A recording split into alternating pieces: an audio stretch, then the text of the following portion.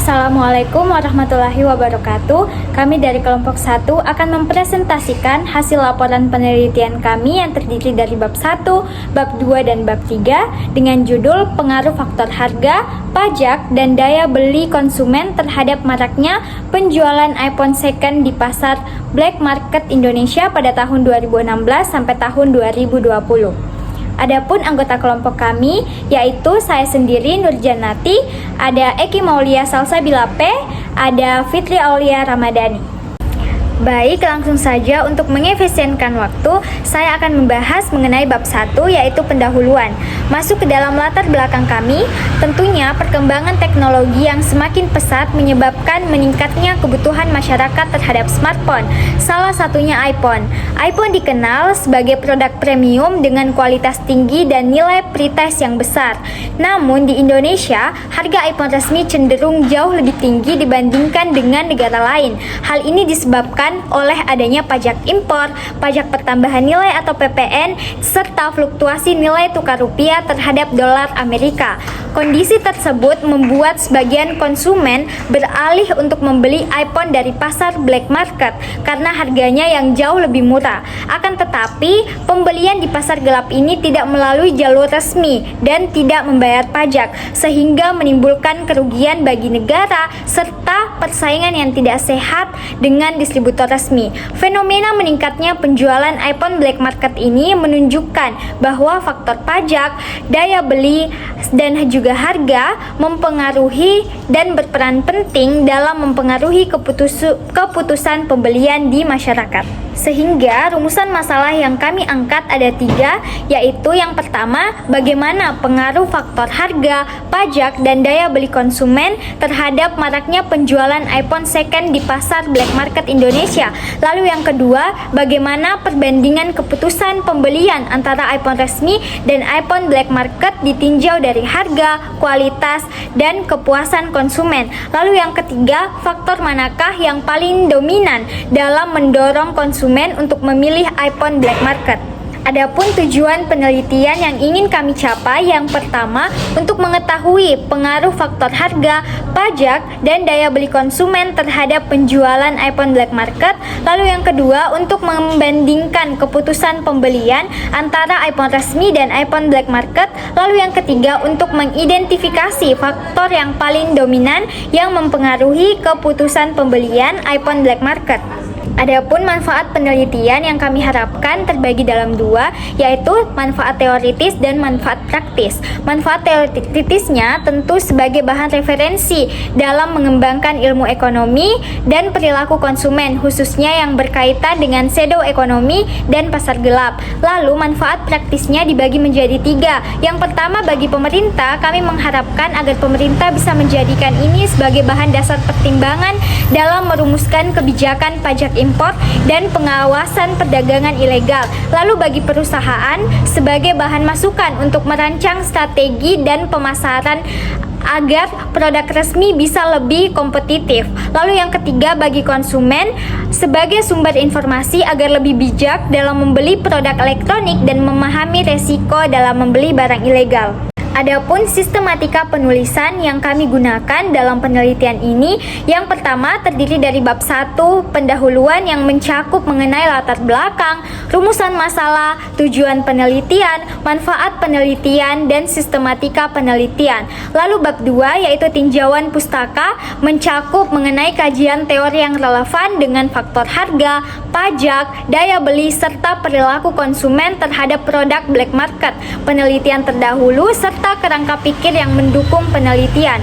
Lalu bab 3 yaitu metode penelitian terdiri dari jenis dan desain penelitian, lokasi dan waktu penelitian, definisi operasional dan pengukuran variabel, populasi dan sampel, jenis dan sumber data, teknik pengumpulan data, serta teknik analisis data yang digunakan dalam menjawab rumusan masalah.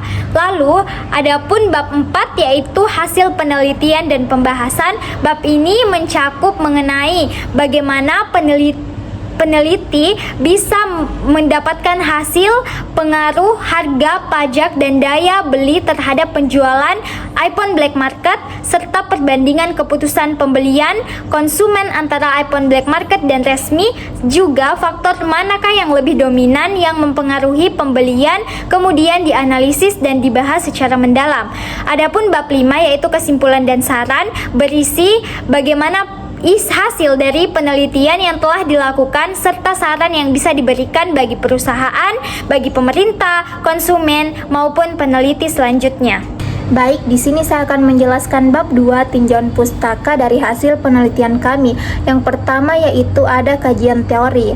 Teori yang menjadi dasar dalam penelitian kami yang pertama yaitu teori harga menurut Kotler 2015. Teori ini menjelaskan bahwa harga merupakan faktor utama yang mempengaruhi keputusan pembelian. Semakin tinggi harga suatu produk, maka semakin kecil kemungkinan untuk membeli. Hal ini relevan untuk melihat minat beli konsumen terhadap produk resmi yang harganya relatif tinggi. Yang kedua yaitu teori pajak. Menurut Musgrave 1989, pajak dapat meningkatkan harga jual barang resmi ketika harga naik karena pajak. Konsumen cenderung beralih ke pasar alternatif termasuk pasar gelap. Dan yang ketiga ada teori daya beli atau purchasing power parity. Daya beli sangat bergantung pada pendapatan dan inflasi. Ketika daya beli masyarakat rendah, mereka akan mencari alternatif produk dengan harga yang lebih terjangkau. Keempat yaitu teori perilaku konsumen. Menurut Kotler 2017, keputusan pembelian tidak hanya dipengaruhi oleh harga, tetapi juga faktor sosial, pribadi, dan psikologis. Dalam konteks ini, konsumen bisa membeli produk dari black market bukan hanya karena harga, tapi juga karena faktor gaya hidup. Dan yang terakhir yaitu teori black market. Pasar gelap muncul akibat tingginya harga produk resmi, keterbatasan stok, serta lemahnya pengawasan pemerintah terhadap impor ilegal. Teori ini menjelaskan fenomena konsumen beralih ke pasar tidak resmi. Selanjutnya ada penelitian terdahulu. Nah, penelitian terdahulu digunakan sebagai dasar untuk mendukung landasan teoritis dengan menunjukkan variabel-variabel seperti price perception, brand image, product quality, dan brand love yang terbukti mempengaruhi keputusan pembelian smartphone. Dan menemukan kesenjangan penelitian, misalnya beberapa penelitian hanya berfokus pada satu merek atau variabel tertentu, sehingga masih terbuka peluang untuk menggabungkan beberapa variabel dalam konteks yang lebih luas. Terus dapat menghindari duplikasi dengan memahami hasil penelitian sebelumnya, sehingga penelitian yang dilakukan dapat memberikan kontribusi baru atau memperluas hasil yang telah ada. Terus juga dapat membandingkan hasil agar dapat melihat konsistensi atau perbedaan pengaruh variabel terhadap perilaku konsumen pada berbagai merek smartphone dan tahun penelitian yang berbeda. Selanjutnya ada kerangka pikir pada penelitian kami, yaitu terdapat variabel faktor harga, pajak, dan daya beli yang dapat mempengaruhi keputusan pembelian konsumen sehingga dapat meningkatkan penjualan iPhone di black market. Ketika harga produk resmi meningkat akibat pajak yang tinggi sementara daya beli masyarakat rendah, maka konsumen akan cenderung beralih ke produk black market yang lebih murah. Nah, hubungan ini menunjukkan adanya pengaruh ekonomi langsung antara ketiga variabel utama terhadap perilaku konsumen dan pembelian konsumen. Mungkin itu dia dari saya kembalikan. Baik, adapun bab 3 metode penelitian. Jenis dan pendekatan penelitian. Jenis penelitian ini adalah kualitatif dengan pendekatan studi kepustakaan. Penelitian ini dilakukan dengan mengumpulkan data sekunder yang berasal dari jurnal ilmiah, buku teks, laporan pemerintah, artikel ekonomi, serta data statistik resmi. Adapun fokus dan deskripsi fokus. Fokus penelitian ini pada dasarnya adalah masalah yang bersumber dari fenomena maraknya penjualan iPhone second di pasar black market Indonesia yang disebabkan oleh oleh pengaruh faktor harga, pajak, dan daya beli konsumen. Yang pertama itu faktor harga yang menjelaskan bahwa perbedaan harga antar iPhone resmi dan black market menjadi daya tarik utama bagi konsumen berpenghasilan menengah ke bawah. Yang kedua itu faktor pajak, di mana pajak impor dan pajak pertambahan nilai membuat harga iPhone resmi lebih tinggi sehingga mendorong konsumen mencari alternatif yang lebih murah. Yang ketiga, faktor daya beli konsumen yang menunjukkan bahwa keterbatasan pendapatan masyarakat mempengaruhi keputusan mereka untuk membeli produk black market. Dan terakhir, fenomena penjualan iPhone di pasar black market itu sendiri yang merupakan dampak dari ketiga faktor sebelumnya ya, serta menimbulkan implikasi ekonomi seperti kerugian negara dan persaingan tidak sehat bagi penjual resmi. Selanjutnya, lokasi dan waktu penelitian. Lokasi penelitian ini tidak bersifat fisik sebagaimana penelitian lapangan, melainkan berbentuk ruang kajian literatur. Penelitian ini dilakukan melalui penelusuran berbagai sumber tertulis yang relevan, baik yang diperoleh secara daring maupun luring. Waktu penelitian ini dilaksanakan pada periode September hingga Oktober 2025. Selanjutnya ada jenis dan sumber data. Jenis data yang digunakan dalam penelitian ini adalah data sekunder, yaitu yang pertama jurnal dan artikel ilmiah yang berisi teori serta hasil penelitian terdahulu tentang harga, pajak, dan daya beli konsumen. Yang kedua, buku teks yang memberikan landasan konseptual dan teori ekonomi serta perilaku konsumen. Yang ketiga, laporan resmi pemerintah seperti dari Kementerian Keuangan, Kementerian Perdagangan, dan Kominfo yang berkaitan dengan kebijakan pajak dan regulasi IMEI. Yang keempat, artikel berita dan data statistik, misalnya dari International Data Corporation yang memberikan gambaran empiris tentang tren penjualan iPhone di pasar resmi dan black market. Adapun teknik pengumpulan data. Teknik pengumpulan data dalam penelitian ini dilakukan melalui pendekatan studi kepustakaan dengan memanfaatkan berbagai sumber literatur yang relevan. Yang pertama, studi dokumentasi, yang kedua kajian literatur, yang ketiga analisis isi. Selanjutnya, instrumen penelitian. Dalam penelitian kualitatif, instrumen utama adalah penelitian itu sendiri. Selain penelitian sebagai instrumen utama, penelitian ini juga menggunakan instrumen bantu yang disesuaikan dengan teknik pengumpulan data, yaitu yang pertama, instrumen studi dokumentasi berupa lembar pencatatan dokumen untuk mencatat data dari buku, jurnal ilmiah, laporan resmi, artikel berita, dan data statistik. Yang kedua, instrumen kajian literatur berupa lembar telaah literatur yang memuat identitas sumber, teori yang digunakan, hasil penelitian sebelumnya, serta relevansi terhadap topik penelitian. Yang ketiga, instrumen analisis isi berupa lembar analisis isi untuk mengelompokkan tema, pola, dan hubungan antar variabel dari data pustaka yang diperoleh. Ya, adapun teknik analisis data.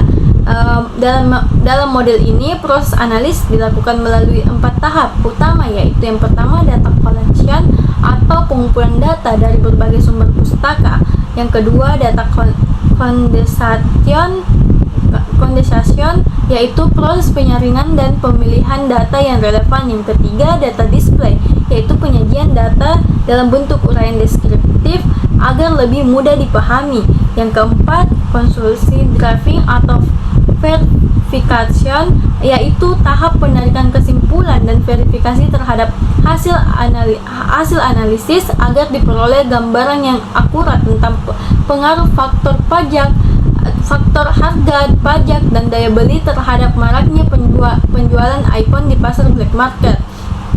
Model analisis interaktif ini bersifat berulang, artinya setiap tahap bisa saling berhubungan dan dilakukan secara simultan sampai penelitian memperoleh hasil yang valid dan konsisten. Selanjutnya, keabsahan data. Untuk menjamin validitas hasil penelitian digunakan teknik Triangulasi sumber. Triangulasi dilakukan dengan cara membandingkan dan mengkonfirmasi informasi yang diperoleh dari berbagai jenis literatur, baik berupa jurnal ilmiah, buku, laporan resmi pemerintah, maupun artikel berita dari media kredibel.